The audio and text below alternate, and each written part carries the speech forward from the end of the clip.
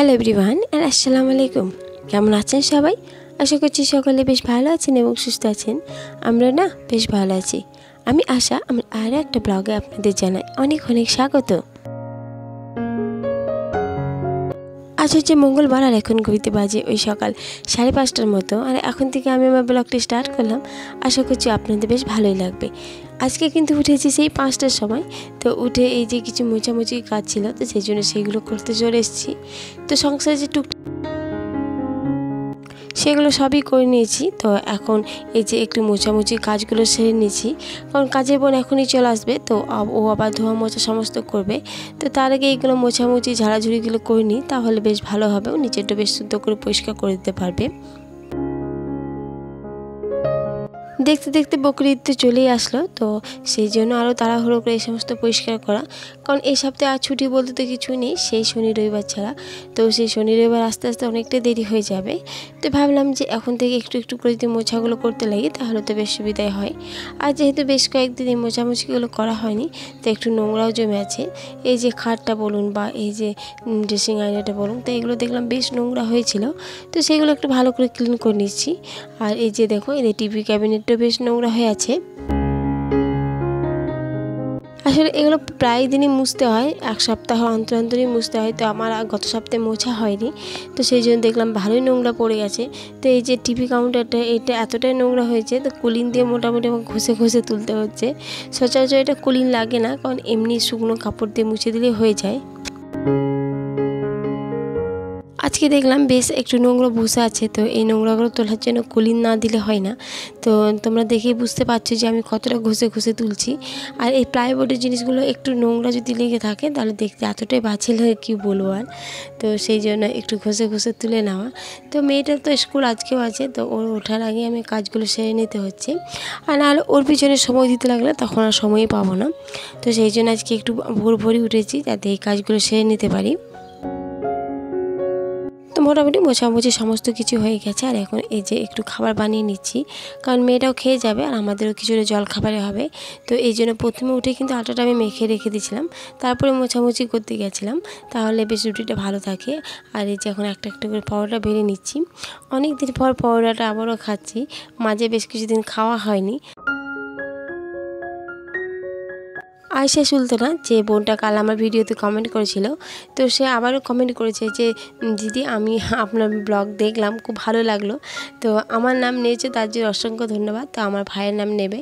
তো তোমার ভাইয়ের নাম হচ্ছে আয়ান এহসান। তো হ্যালো আয়ান এহসান, তুমি কেমন আছো?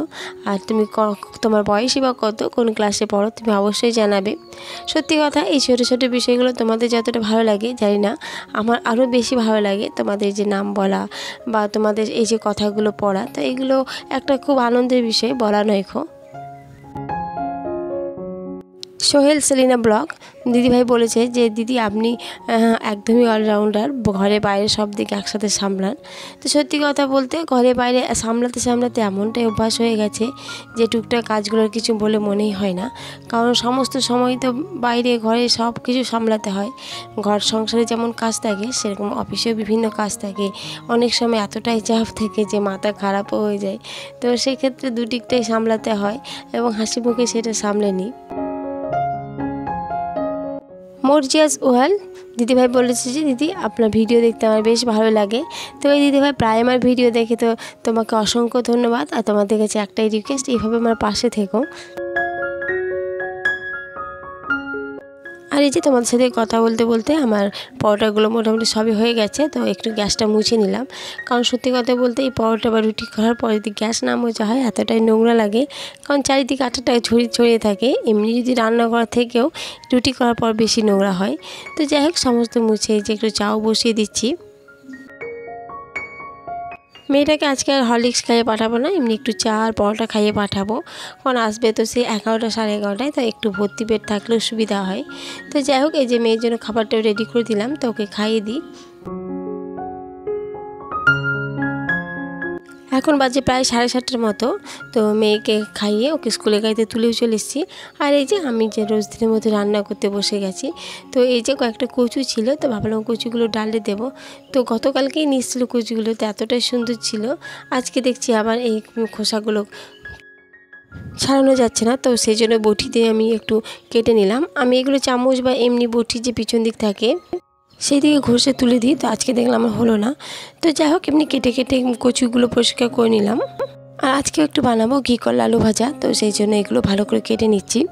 আর সেই সাথে তোমাদের আবারও হচ্ছে একই কথা, আমার ভিডিও আপনাদের কেমন লেগেছে অবশ্যই একটা কমেন্টের মাধ্যমে জানাবেন। যদি ভালো লেগে থাকে প্লিজ একটা লাইক দিয়ে আমার পাশে থাকবেন।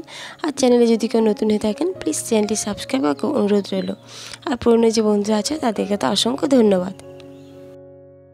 সকাল থেকে উঠে চরম ব্যস্ততার মধ্যে কাটে, বিশেষ করে যখন মেয়ে স্কুলটা থাকে তখন, কারণ ওর পিছনের সময় দেওয়া, আবার ওকে নামিয়ে দিয়েছে এই যে রান্না বান্না করা, তো এই সময়টা প্রচণ্ড চাপের মধ্যে থাকে। তো কী বার করবো, কিছু করার নেই। আর তাছাড়া এতটাই গরম পড়েছে যে সহ্যের বাইরে, তারপর রান্নাঘরে তো গরম আরও লাগে, তো কিছু করার নেই। তো রান্না বান্না তো করতে হবে, খেতেও হবে। আর এই যে সমস্ত সবজিগুলো ধুয়ে নিয়েছি, তো ডালটা বসিয়ে দিলাম। আর সাধারণত ডাল আমি এভাবে হাঁড়িতেই বসাই, প্রেসার কুকারে খুব কম দিনই আছে ডাল দিই। তো এই যে হাঁড়ির মধ্যে কচু মসুর সব একসাথে দিয়ে দিলাম। আর এখন একদম হালকা আছে ডালটা সেদ্ধ হোক। আর তখন এই যে ভাজাটা এটাও করে নিচ্ছি। তো এই ভাজাটা খেতেও বেশ ভালো লাগে। আর হাজব্যান্ড যেহেতু বেশ কয়েকটা কাঁকরোল নিয়েছিল, তো সেই জন্য না খেলেও নয়, আগের একদিন ভেজেছিলাম আর এই যে আরেকটু মতো ছিল, তো সেটাও আজকে ভেজে দিচ্ছি। যেহেতু আমাকে সকাল সকালই রান্না করে বেরোতে হয়, তো বাজারটাও সেই জন্য সকাল সকালে আনতে হয়। তো হাজব্যান্ড নিয়েও এসছে মাছ, তো বেশ কয়েকদিন মাছটা খাওয়া হয়নি, তো ওকে সকালে উঠেই পাঠিয়ে দিই। তো এই যে যখনই বাজারে মাছ নামে তখনই কিন্তু নিয়ে চলে আসে। তো এই যে বেশ কয়েকটা পরিমাণে মাছ রয়েছে, তো সমস্তটা রান্না করব না, কারণ আপনারা দেখেছেন গতকালকের একটু চিকেন আছে, তো সেটা তো মেয়ে খাবে, তো সেই জন্য আমাদের মতো করে রান্না করব। আর বাকিটা যেমন লবণ হলুদে মেখে দিই, সেরকম মেখে ফ্রিজে রেখে দেবো। আর এই যে মাছগুলো সমস্ত একটা একটা করে ভেজেও নিচ্ছি। আর আমার ডালটা অলরেডি হয়েও গেছে, তো এটা ফুটিয়ে ঢাকা দিয়ে দিয়েছি। আর আজকে মাছটা ভাবলাম একটু টমেটো দিয়ে করব, তো সেই জন্য কয়েকটা টমেটো ছোটো ছোটো করে কেটে নিচ্ছি। টমেটো দিয়ে মাছের ঝোলটা কিন্তু বেশ ভালো লাগে, আর তার সাথে যদি ধনেপাতা হয়, কারণ ধনেপাতা হাজব্যান্ড আগের দিন নিয়েছিল অনেকটা পরিমাণ, তো সেটা আমি ভালো করে ধুয়ে পরিষ্কার করে জল ঝরিয়ে রেখেছি, একদমই কিন্তু নষ্ট হয়নি। তো যাই হোক, ধনেপাতা দিয়ে টমেটো দিয়ে মাছের ঝোলটা বেশ ভালো লাগে, মনে হয় যেন শীতকালে কোনো খাবার খাচ্ছি। তো এই যে দেখো মাছটা হয়েও গেছে, আর এখন বাকি যে কাজগুলো আছে তো সেইগুলো সেরে নেব। এই যে হাজব্যান্ড নিয়ে এসে কতগুলো লিচু, তো লিচুগুলো কালারটা বেশ সুন্দর, একদমই টকটকে, তো খেতেও দেখলাম বেশ মিষ্টি। আর সেই সাথে নিয়ে এসছে বেশ কয়েকটা আম্রপালি আম।